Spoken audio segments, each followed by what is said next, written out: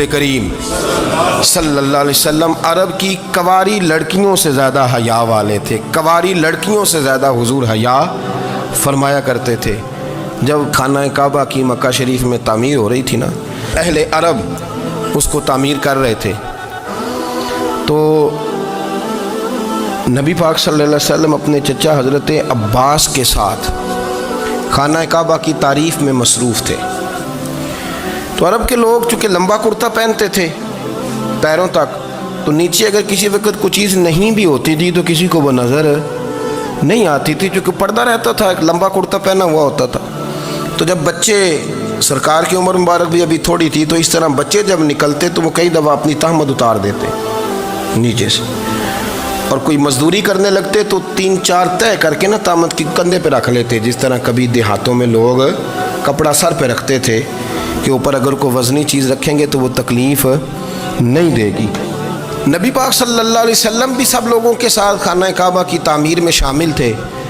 تو حضرت عباس رضی اللہ تعالیٰ عنہ نے کہا حضور سے، ابھی اللہ نے نبوت بھی نہیں فرمایا تھا، بھتیجے آپ بھی تہمت اتاریے، یہ صحیح مسلم میں حدیث موجود، اور اس کو کندھے پہ رکھ لیجیے، آپ اینٹیں اٹھا کے لا رہے ہیں تو ذرا آپ کو تکلیف نہیں ہوگی۔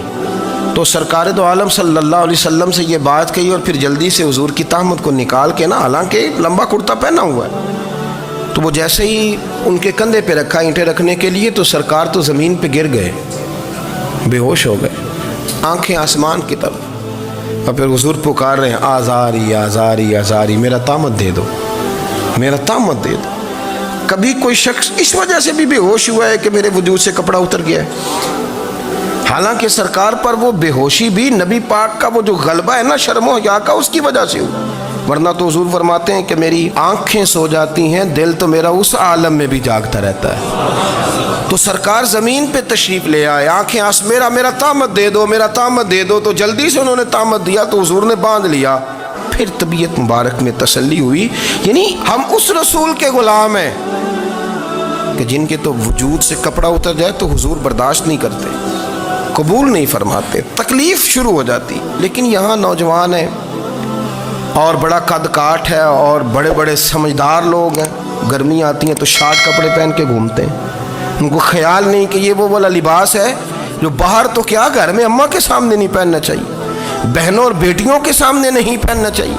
آپ کی گفتگو میں شرم و حیا ہو، آپ کے لب و لہجے کے اندر حسن ہو۔ آپ کو پتہ ہے نبی پاک صلی اللہ علیہ وسلم نے فرمایا میری امت میں سب سے زیادہ حیا کرنے والے عثمان غنی ہیں، عثمان غنی سب سے زیادہ حیا کرنے والے۔ آپ فرمایا کرتے تھے جب سے حضور کا چہرہ دیکھا ہے میں نے کبھی اپنی شرمگاہ بھی نہیں دیکھی، میں نے آنکھوں کا وضو نہیں توڑا، اور جب سے حضور کے دست مبارک میں میں نے بیعت کے لیے سیدھا ہاتھ بڑھایا تو پھر سیدھا ہاتھ میں نے کبھی گندگی کو نہیں لگایا۔ حیا تھی۔ آپ باتھ روم کے اندر بھی غسل فرماتے تھے تو کپڑوں سمیت کرتے تھے۔ کسی نے کہا حضرت جی واش روم کے اندر کیوں نہیں کپڑے اتارتے؟ آپ فرمانے لگے باہر بندوں سے حیا کرتا ہوں، اندر جاتا ہوں تو رب سے حیا آنی شروع ہو جاتی، وہ تو دیکھ رہا ہے نا۔ تو میں جو بات آپ کی خدمت میں عرض کرنا چاہتا ہوں اس کو آپ سمجھیے گا میرے عزیز، کہ شرم والا مزاج، گفتگو بھی شرم والی، آنکھیں بھی شرم والی، لباس بھی شرم والا، دوستی یاری بھی شرم والی، بہت ساری ایسی باتیں۔ دیکھیں نا آپ ذرا، میں نے کہا کہ باتوں کو سن کے گزر نہ جایا کریں، اس کی گہرائی پر غور کریں۔ اور نبی رحمت علیہ السلام کی پہلی بات نے ہی بیویوں کی آنکھوں میں آنسو پیدا کر دیے۔ حضور فرمانے لگے سنو، جب کوئی عورت بچہ پیدا کر لیتی ہے تو رب اسے اتنا ہی درجہ دیتا ہے جتنا ایک شہید کو درجہ عطا کرتا ہے۔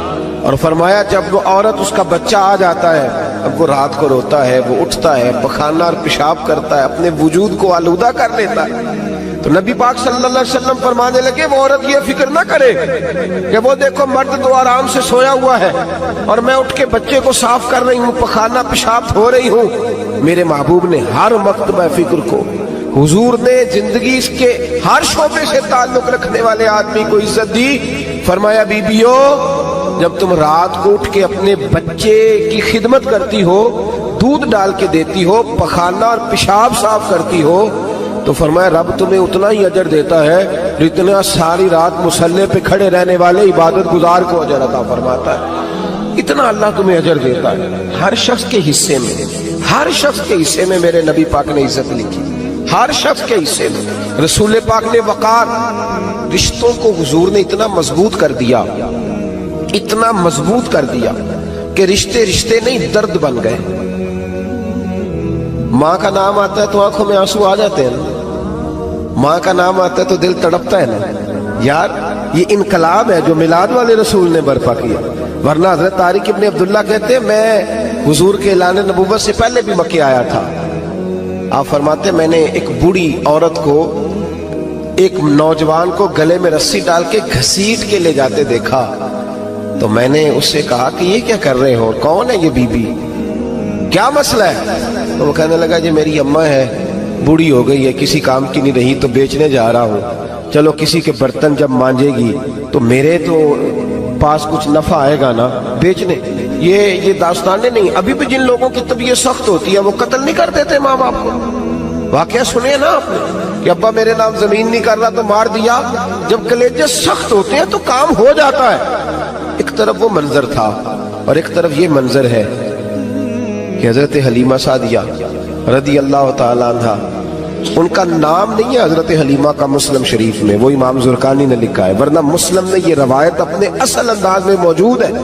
حضرت ابو ہریرہ رضی اللہ تعالیٰ عنہ فرماتے ہیں کہ جناب حلیمہ بوڑھی عورت، سادی عورت. اگر آپ کبھی معاشرتی لحاظ سے حضرت حلیمہ کا انداز دیکھیں گے نا، توجہ ہے میری بات پر، سمجھ آ رہی ہے آپ حضرات کو؟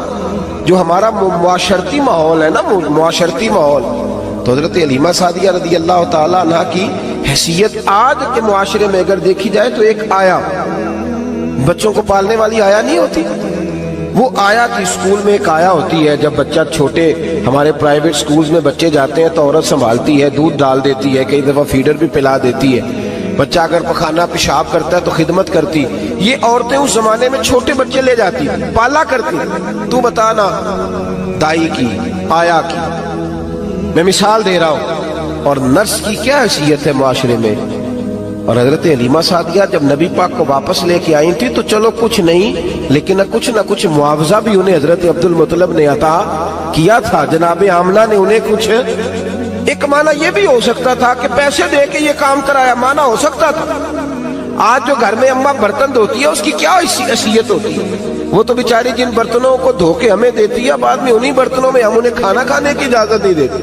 لیکن میرے رسول پاک نے رشتوں کو عزت دے دی، اس طرح کی عزت دی، اس طرح کی عزت دی کہ جناب حلیمہ مسجد نبی کا دروازہ گزری ہی تھی کہ حضرت ابو ہریرہ فرماتے ہیں نبی پاک ممبر پر اٹھ کے کھڑے ہو گئے. رسول پاک کھڑے ہوئے، نبی پاک. میں کبھی کبھی یہ روایت دیکھتا ہوں تو میرا دل کرتا ہے میں اپنے آپ سے پوچھوں، میرا دل کرتا ہے میں اپنے یاروں دوستوں خطباء سے، واعظین سے، پیروں سے، مشائخ سے پوچھوں کہ تو بھی بتا، جب تو شاگردوں کو پڑھا رہا ہوتا ہے اور تیرے ابا جی آتے ہیں تو کبھی اٹھ کے کھڑا ہوا ہے؟ اپنے جیسے لوگوں سے، اچھے علماء کی بات نہیں کرتا. کبھی سوال کرو. یہ بڑا مشکل کام ہوتا ہے، بڑا مشکل کہ عالم دین تقریر کر رہا، والد آ جائے، بندہ اٹھ کے کھڑا ہو.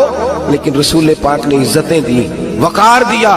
جناب حلیمہ داخل ہوئی تو حضور ممبر پہ کھڑے ہوئے اور اتنی تیزی سے حضور آگے بڑھے، اپنی چادر کو اتارا اور پھر میرے رسول نے زمین پہ بچھایا اور پھر حضرت حلیمہ سعدیہ بیٹھ گئی. اور جناب ابو ہریرہ فرماتے جتنی دیر نبی پاک ان کے سامنے بیٹھے رہے اتحیات کی حالت میں بیٹھے رہے. حضور نے رشتوں کو وہ وقار دیا، وہ حسن دیا کہ رشتے درد بن گئے ہیں. اب ماں کا نام دل میں بعد میں آتا ہے، زبان میں بعد میں آتا ہے، آنسو پہلے آتے ہیں. اب ماں کا رشتہ ایک وقار ہے، ایک حسن. الحاوی للفتاوی میں امام جلال الدین سیوطی رحمت اللہ لکھا ہے فتح مکہ کے بعد نا کمال ہو گیا. وَرَأَيْتَ النَّاسَ يَدْخُلُونَ فِي دِينِ اللَّهِ أَفْوَاجًا، فوجوں کی فوجیں دین میں آ گئی. ایک زمانہ تنہائیوں کا ہوتا ہے، ایک عروج کا ہوتا ہے. عروج کے زمانے میں بڑے تعلق، بڑے رش، بڑی باتیں. اب حال یہ تھا فتح مکہ کے بعد کہ پہلے تو ایک آدھ آدمی کلمہ پڑھتا تھا، فوجوں کی فوجیں آتی. ایک دن نہ نبی پاک نماز پڑھانے آئے مسجد میں.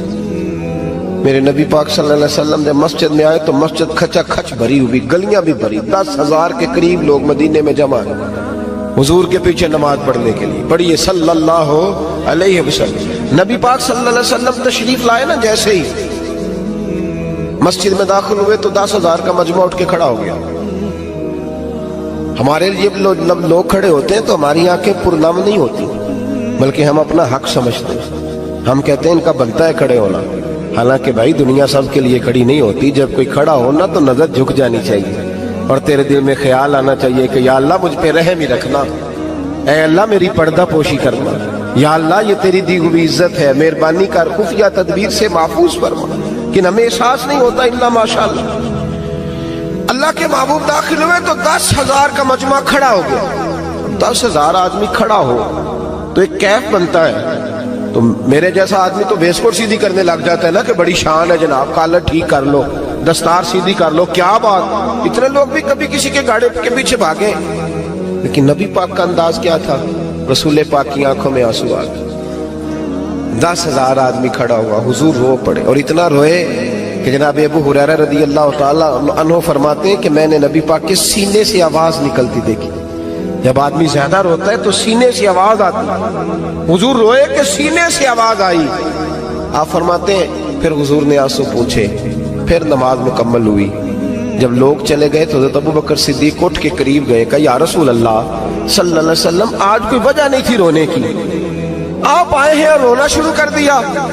تو میرے محبوب فرمانے لگے آج جب میں نے اپنی وہ شانیں دیکھی، وہ مقام دیکھا تو مجھے اپنی اماں کی یاد آ گئی. ماں کی یاد، رشتوں کو وہ عزت دی، وہ وقار دیا، وہ حسن دیا. کہاں نماز کے لیے لوگوں کا کھڑا ہونا اور کہاں اماں کی بات چھیڑ دینا. میرے حبیب فرمانے لگے مجھے اپنی اماں آمنہ کی بات یاد آئی. میری ماں نے تو وہ دور دیکھا تھا جب وجود میں کپڑے بھی پورے نہیں تھے. دل کرتا تھا آج اماں موجود ہوتی، میں نماز پڑھانے آتا، اللہ اکبر کہہ کے نیت باندھتا، سبحانک اللہ کے بعد سورہ فاتحہ پڑھتا اور سورہ فاتحہ مکمل پڑھ لیتا کہ میری اماں آمنہ کو کوئی کام یاد آتا. وہ پردہ سرکا کے کہتی بیٹا محمد میری بات تو سننا. تو محبوب فرماتے اللہ کی عزت کی قسم میں نماز چھوڑ دیتا، پہلے ماں کی بات سن کے آتا. میں چھوڑ دیتا نماز. وقار دے دیا، وقار، وہ حسن بخشا، وہ توانائی بخشی. عرب کے اندر سال کے بعد عورتوں کا ایک میلہ لگتا تھا خانہ کعبہ کے پاس. صرف عورتیں اکٹھی ہوتی تھی، میلہ لگا ہوا تھا. ایک تورات جاننے والا یہودی عالم بھی آیا ہوا تھا. وہ بیویوں کے مجمع پہ نظر ڈال کے کہنے لگا بیویوں مرد کا کام تو کوئی نہیں عورتوں کے مجمع میں بات کرنا، لیکن میں تمہیں ایک پیغام دینے لگا ہوں. اللہ کے آخری رسول جو مکے میں پیدا ہونے والے ہیں ان کے آنے کا وقت قریب آ گیا ہے. وہ بی بی بڑی خوش نصیب ہوگی جنہیں ان کی رفاقت ملے گی. عورتوں نے جب دیکھا کہ مرد آ گیا عورتوں کے میلے میں تو انہوں نے ڈانٹا جھڑکا، کہا چل اٹھا اپنی کتابیں اور نکل جا. حضرت خدیجہ کہتی ہیں باقیوں نے ڈانٹا پر میں نے بات پلے سے باندھ لی. میں نے پلے سے باندھ لی اور میں انتظار کرنے لگی کہ اللہ کرے وہ نصیب میرے ہی ہو، اللہ کرے مقدر میرا ہی کھلے. آپ فرماتی میں تسبیح پڑھتی، درود پڑھتی. میں اس زمانے میں جو اللہ کا ذکر جس طرح ہوتا تھا وہ میں شروع کرتی اور جب فارغ ہوتی تو میں التجا کرتی کہ اللہ میرے نصیبے کھول دے. کہتی ہیں آہستہ آہستہ آہستہ آہستہ میں حضور کی تعریف سننے لگی. آہستہ آہستہ تعریف سننے لگی. نبی پاک صادق ہیں، امین ہیں، سچے ہیں، دیانتدار ہیں. اس برے اور میلے معاشرے میں بھی وہ سب سے اعلیٰ بھی ہیں اور سب سے اجلے بھی ہیں، وہ سب سے پاکیزہ ہیں. میں سننے لگی تعارف. آہستہ آہستہ میں ان کی گرویدہ ہونے لگی. ادھر نبی پاک صلی اللہ علیہ وسلم اپنے چچا جناب ابو طالب کے پاس رہتے تھے. قحط آ گیا، حالات بگڑ گئے. حضور سید عالم صلی اللہ تعالی علیہ وسلم سے چچا کہنے لگے بیٹے اگر مال تجارت لے کے شام جاؤ تو بڑا نفع کماؤ گے، ہمیں ضرورت بھی ہے، اور اگر ہو سکے تو ختیجہ کا مال لے کے جاؤ. اور نبی پاک نے کہا چچا میں نہیں کہوں گا کسی سے جا کے، میں نہیں کہتا کسی سے جا کے، جو میرے نصیب میں ہوگا میرا رب خود عطا فرمائے گا، میں نہیں کہوں گا. مصطفیٰ نے تو نہیں کہا. حضرت خدیجہ رضی اللہ تعالیٰ عنہ کہتی ہے میں نے خود اپنی خادمہ کو بھیجا. میں نے کہا جا کے پوچھو تو صحیح کہ میرا مال قبول ہوتا بھی ہے کہ نہیں. پوچھو. نبی پاک صلی اللہ علیہ وسلم سے پوچھا. حضرت خدیجہ کی خواہش ہے کہ آپ مال لے کے جائیں. حضور نے قبول کر لیا. جناب خدیجہ الکبریٰ رضی اللہ تعالیٰ عنہ کے غلام تھے، میسرہ ان کا نام تھا. جناب خدیجہ نے ان کو ساتھ بھیجا. فرمایا ایک 3 باتیں ارشاد فرمائی. ایک تو فرمایا سارا رستہ غور سے دیکھنا میرے نبی کے ساتھ کیا معاملات درپیش ہوتے ہیں. ابھی اعلان نبوت نہیں کیا. فرمایا ذرا غور کرنا, میرے مصطفیٰ کا مطالعہ کرنا اور مجھے واپس آ کے سبق سنانا. وہ جو تم نے چہرہ بددعا کی تلاوت کی ہو, ذرا مجھے واپس آ کے سنانا. جنہاں نے دل پر جانی ڈٹھا ہو اکھیاں ہی تک لیاں, تو ملے ہوں تے ساجن ملیا ہوں ناساں لگ پئیاں. ذرا جا کے نا تلاوت کرنا اور مجھے اور دوسرا فرمایا تم میرے غلام ہو تو مصطفیٰ کے بھی غلام بن کے رہنا. میں سنتی ہوں کہ کردار کے, افکار کے, نظریات کے, عظمت کے بلند و بالا, وہ جیسے کہیں ویسے کرنا. اور تیسری حضرت خدیجہ نے نصیحت فرمائی. فرمایا محمد ابن عبداللہ صلی اللہ علیہ وسلم کی رائے سے اختلاف نہ کرنا. یہ چلتے ہوئے معاہدہ کیا, جو وہ کہہ دے سو کر جانا. غلام کہتے ہیں میں ساتھ گیا, باتیں میں نے سن لی, لیکن جب سفر شروع ہوا نا, ابھی چند منزلیں طے ہوئی تھی, میں نے کہا خدیجہ آپ نے کیا نصیحت کرنی تھی, ان کے ساتھ جو رہے گا وہ ان کا غلام ہی بن جائے گا. ان کے ساتھ جو رہے گا تو اجے میرا محبوب نہیں ڈٹھا جن ویکھ کے چن شرماوے, جے رکھے ہاتھ پھلاں وچ ہاتھ نال پھلاں رل جاوے, تے ادھی راتی چن چڑھ جاندے جدوں جلوہ فرماوے. مایا جو بھی ساتھ رہتا غلام ہو جاتا. میں اسرا کہتے میں گیا, تجارت شروع ہوئی. کہتے ہیں نبی پاک صلی اللہ علیہ وسلم جب منڈی میں پہنچے تو لوگ قسمیں اٹھا اٹھا کے مال بیچ رہے تھے. اللہ کے محبوب جب گئے نا تجارت کرنے, تو ایک آدمی کہنے لگا چلو معاذ اللہ بتوں کے نام تھے لات و منات, کہنے لگا لات کی, عزا کی, منات کی قسم اٹھاؤ. تو نبی پاک فرمانے لگے ان کی قسم اٹھاؤں جن کا میں نام لینا بھی پسند نہیں کرتا. ابھی اعلان نبوت نہیں کیا. اور فرمایا ویسے بھی میں قسم دے کے مال نہیں بیچتا, خریدنا ہے تو خریدو, نہیں خریدنا تو نہ خریدو. کہتے ہیں لوگ قسمیں اٹھا اٹھا کے پیچھے جاتے تھے, پر میرے نبی جس سے رخ پھیرتے تھے وہ نبی پاک کے پیچھے ہو جاتا تھا. ماتے کئی گنا زیادہ نفع کمایا. ہم رستے میں تھے, حضور ایک درخت کے نیچے آرام کرنے لگے. ایک عیسائی راہب غار میں بیٹھا تھا, نکل کے آ گیا, مجھ سے کہنے لگا مجھے وہ جانتا تھا. میں سنا یہ کس کو ساتھ لائے, یہ کون ہے؟ میں نے کہا اہل قریش کے ایک معزز آدمی ہے. کہنے لگے یار جس درخت کے نیچے یہ لیٹے ہوئے ہیں یہاں عام آدمی نہیں لیٹ سکتا, یہاں وہی لیٹے گا جو اللہ کا سچا رسول ہوگا. یہاں دوسرا کوئی لیٹ ہی نہیں سکا, یہ رسول ہے, ان کا خیال رکھنا. خیال رکھنا کاش میں اس وقت تک زندہ رہوں جب یہ نبوت کا اعلان کریں. میسرہ کہتے ہیں میں غلام ہو گیا. نبی پاک صلی اللہ علیہ وسلم کی ادائیں مجھے بھانے لگی. جب واپسی پہ نکلے تو گرمی بڑی شدید تھی. فرماتے ہیں جب دھوپ تیز ہوتی تو بادل کا سایہ آ کے حضور پہ سایہ کر دیتا. بادل کا ٹکڑا نبی پاک پہ, اللہ جانے کہاں بیٹھ کے لوگوں نے کتابیں پڑھی ہیں جو کہتے ہیں 40 سال کے بعد نبی بنے تھے. پتہ نہیں کہاں بیٹھ کے کتابیں پڑھی ہیں. ہم نے تو جو سیرت پڑھی ہے وہ بتاتی ہے کہ تیری حیات پاک کا ہر لمحہ پیغمبر لگے, ہر لمحہ پیغمبر لگے. یہاں تو وہ لوگ جو کئی سال پہلے 20 اور 25 سال پہلے حضور سید عالم صلی اللہ علیہ وسلم کی رفاقت میں رہے, وہ اعلان کر رہے. لوگ پتہ نہیں کہاں بیٹھ کے کتابیں پڑھتے ہیں, کہاں بیٹھ کے. میرے نبی پاک سے صحابہ نے پوچھا حضور آپ کب نبی تھے؟ فرمایا ابھی آدم کی مٹی گوندی جا رہی تھی, ابھی آدم کی مٹی گوندی جا رہی تھی, میں تب بھی اللہ کا رسول تھا. میرے بھائی نبی رحمت سید عالم صلی اللہ علیہ وسلم کے غلام حضرت خدیجہ کے غلام کہتے ہیں واپس آیا. اور پہلے بھی کئی دفعہ حضرت خدیجہ کا مال گیا تھا, بڑے نفع آئے تھے, پر جو نفع اس سال آیا وہ پہلے کبھی نہیں آیا تھا. کہتے ہیں مجھ سے حضرت خدیجہ کی سہیلی بھی بیٹھی تھی, میں بھی آ گیا. اور جناب خدیجہ کی سہیلی کہنے لگی چل مال کے بارے میں کچھ بتا, کتنا بکا؟ میں نے کہا مال چھوڑو, مصطفیٰ کی سنو. اور پھر کہتی چلو ٹھیک ہے, بادل سایہ کرتا تھا, چلو ٹھیک ہے. تم سے راہب نے پوچھا تھا, یہ صحیح ہے انہوں نے تیری سارے رستے بڑی خدمت کی, تیرا بڑا خیال رکھا, پر یہ بھی بتا تجارت کیسے ہوئی؟ تو میں سرا کہنے لگا زندگی میں نے بھی ساری گزار دی ہے, پر اس رسول کے ساتھ 4 دن ہی گزارے ہیں.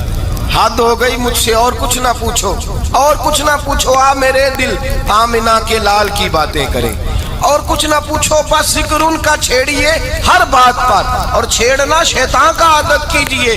بس مجھے حضور کے تذکرے بیان کرنے ہیں, ذکر مصطفیٰ کرنا ہے. حضرت